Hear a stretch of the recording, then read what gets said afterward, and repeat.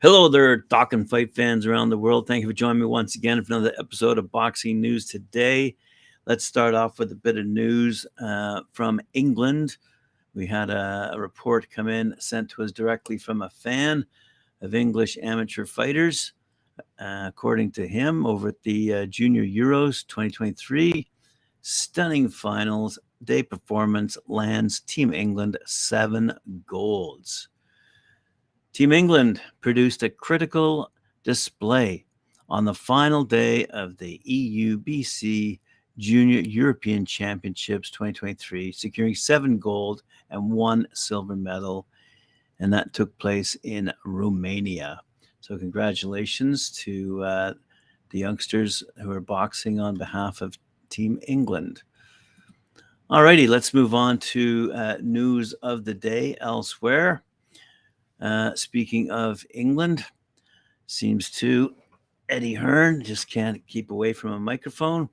According to Adam Baskin over at BoxingNews24.com, Eddie reports that the fight between Regis Prograis and Devin Haney is virtually agreed for Regis's WBC light welterweight title, but he also warns that they're running out of time to get the talks wrapped up. And why might this be, you would ask?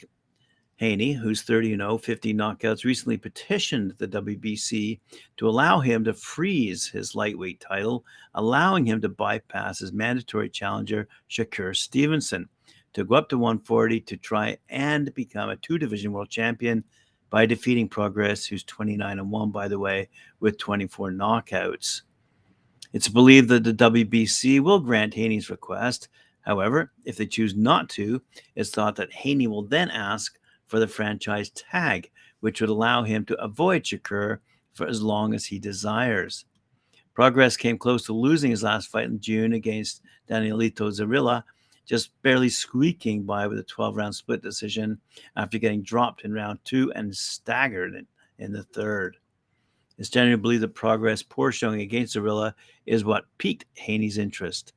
Like a wolf that has spotted weaknesses in his prey, Haney, with his keen eye, likely saw an old lame fighter on his last legs, ready to be picked off for an easy meal. Wow. Alrighty, let's move along to other fighters, specifically those being bragged about by Frank Warren. It could prove to be a pretty big if, but if Daniel Dubois manages to catch defending WBO, IBF heavyweight champ when he challenges him in Poland on August 26, Usyk won't know what's hit him. This is according to Dubois' promoter, Frank Warren. Warren, who's been saying for some time how he feels the time is right for Dubois to do it, says he really does believe this guy will pull off the upset later this month. Warren again pointed out to the Usyk-Derek Chisora fight, the promoter saying how there was nothing in that fight early on. Warren also says Usyk's 2 wins over Anthony Joshua came over an AJ who wasn't firing like he was. Warren says he would not have put Dubois in a fight with Usyk if he didn't truly believe he would beat him. I fancy him big time in the fight, Warren said of the once beaten Dubois. He's young, he's strong. Sometimes it's your moment, and I think it's his moment. I know that if he catches Usyk, Usyk won't know what's hit him. Can he cope with that power? And it's an interesting question. Warren asks, Usyk, as special as he is, does really only have those 2 wins over Joshua to his name up at heavyweight, with his more special performances with wins coming down at cruiserweight. AJ did catch Usyk with some shots, more so in the second fight, but to the body. We still don't know how Usyk will handle it if a huge power-packed heavyweight detonates him on the chin. But here's that word again, if. If Dubois catches Usyk, what happens? We'll find out. Or we won't find out on August 26th in Poland. Can Usyk make Dubois miss all night, or at least make him miss with his bombs all night? Or will Dynamite manage to blow up the defending heavyweight champ's chin? The closer we get to this fight, the more intriguing it becomes. Elsewhere, we see that the WBO has denied Arnold Barbosa a request to fight Teofimo Lopez. The WBO Championships Committee has denied a request by the management of WBO number 1 rated junior welterweight Arnold Barbosa to be named mandatory challenge for the current champion Teofimo Lopez. The committee ruled that Barbosa's request is premature, considering that there is no mandatory title defense to be discharged at this time. No mandatory is due. Lopez is currently in a voluntary period and can defend his title against any of the 15 world-rated contenders in the junior welterweight division. Therefore, the issue is not ripe for intervention. The committee also laid out numerous circumstances where a mandatory defense obligation may be extended or modified, and strongly recommended that Barbosa keep active and compliant with WBO regulations of World Championship contests. Also, on a quick note here, boxing returns to Arena Coliseo. For many decades, the Arena Coliseo in downtown Mexico City hosted high-quality boxing events. This week, after an 8-year hiatus, boxing returns to the famed venue. Former WBC super flyweight world champ Carlos Santos will headline this historic card on Friday against an opponent to be named. The event is being promoted by Producciones Juaco Arvizu. And now on to some fun topics, I suppose. Ebanie Bridges is the headline today. Ebanie Bridges gets distracted by her own breasts during microphone blunder. Wow. Boxing champion Ebanie Bridges apologized for being distracted by her own boobs in a podcast appearance with the blonde bomber's microphone hitting them mid-interview. An interview with Ebanie Bridges was disrupted not once but twice by her boobs. The blonde bomber regularly flaunts her assets on social media, where she boasts a rising Instagram following in excess of 750,000 people, and at her boxing weigh-ins, where she leaves Eddie Hearn blushing. She's cashed in on them with her own subscription page, which has boosted her earnings when she's not in the ring, but they aren't always a positive. They caused a distraction of multiple occasions when she appeared on the No Context Sport podcast. It was barely a minute in when the first interruption came. Her microphone had fallen down and landed on her chest, whereby Bridges exclaimed, "Oh, that's on my boobs. Oh my God, something getting in the way." The moment was laughed off in the studio with the two of the co-hosts not quite sure where to look. And having regained their composure, it happened again a few minutes later. As Bridges moved her hand, she accidentally hit the mic stand and it fell to the same place again, causing the cover to spin around out of position. Laughter broke out again, with Bridges joking, "Next time, try and catch it before it lands on my tits." This time, they threw her off her own game. Oh, sorry. All right. Moving on to more serious stuff, yet interesting stuff in a lighthearted way also. Claressa Shields starts camp for Keith Thurman fight, but he's called out, as we all know, Terence Crawford. So Claressa Shields has revealed that she has started camp for a potential fight with Keith Thurman. And she stated that she would outbox Thurman, as it appeared he was up for a charity bout.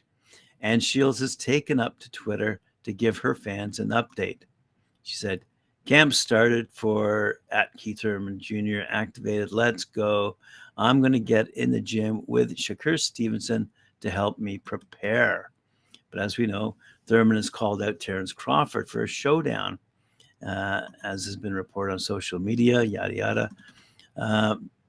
Thurman, by the way, boasts a record of 31 and was last in action of February of last year. And as I reported, I think last week, he's got a bit of ring rust for sure.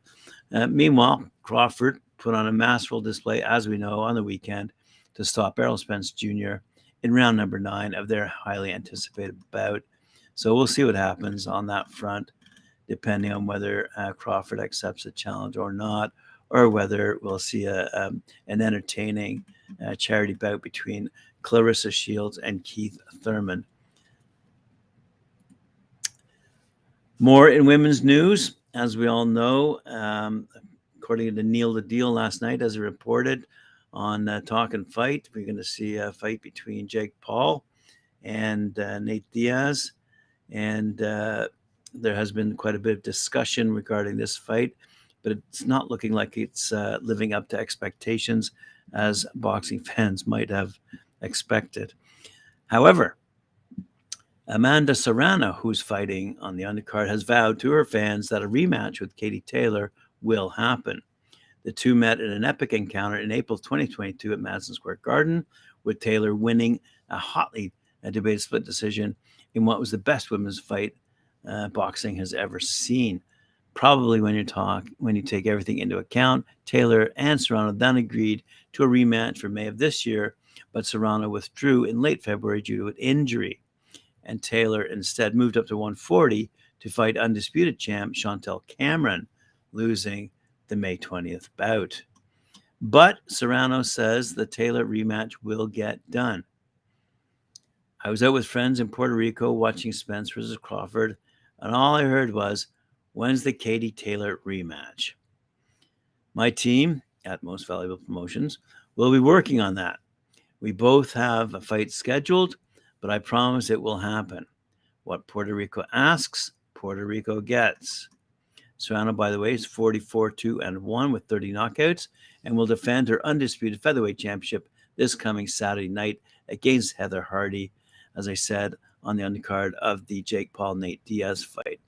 And where the general expectation is that Serrano will win handily, as she did when they first met in 2019. Taylor is at 22-1, 6 knockouts, expected to rematch Chantel Cameron, whether it's at 135, where Katie is still undisputed champion, or 140 remains a question, and the fight hasn't been officially announced yet. Cameron, however, has said she's open to moving down and taking more titles. Serrano had previously said in May, just after Taylor lost to Cameron, that a second loss to Chantel would kill a Taylor-Serrano rematch. I don't think it's a good fight. Our rematch is definitely off the table if Taylor loses again, she said. I don't know what Katie's going to want to do after that, if she's going to retire or I don't know. I know my career is going to continue. Obviously, Serrano's attitude has shifted, and it truly could be as simple as seeing how much her fans do want to see her try and even the score of Taylor, regardless what happens in a potential Cameron-Taylor rematch. But let's first of all see what happens this upcoming weekend. I believe it's August 6th when it does happen, when she takes on Heather Hardy, which will be a good fight, by the way. Speaking of Jake Paul and Nate Diaz, and as I reported yesterday, pay-per-view numbers are not making positive news. The headline screams on an MMA site, Nate Diaz isn't worried about pay-per-view or ticket sales for Jake Paul fight. He says, don't watch. The problem child has accused Diaz of being a bitch for avoiding confrontation in the lead up to their boxing bout on August 5th.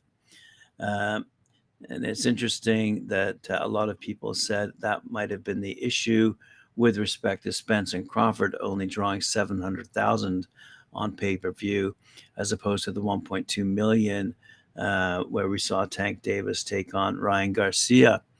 Anyway, so low numbers on the pay-per-view front, but it does not bother Jake Paul at all. We're less than 1 week away from the Nate Diaz fight against Jake Paul inside American Airlines Center in Dallas, or at least we thought it was be highly anticipated. Good point. Ticket sales for the event have been sluggish, says this reporter, and there's some concern that Paul's target audience will illegally stream the DAZN pay-per-view fight rather than pay for it. No surprise there. And Diaz doesn't care one way or another. Indeed, Paul has been critical of the younger Diaz brother, saying he'd hoped Nate would do more to hype up and promote the fight, which certainly makes sense, and it is something that Bob Arum had said quite a while ago, maybe last year, about his own fighter at that time, Terence Crawford. Anyway, Diaz said that's his problem. I think my fighting promotes it as it is, I promote my fights. I'm going to get this a little. I'm not going to get into a little kid argument with the guy and act like we're any realer than it is.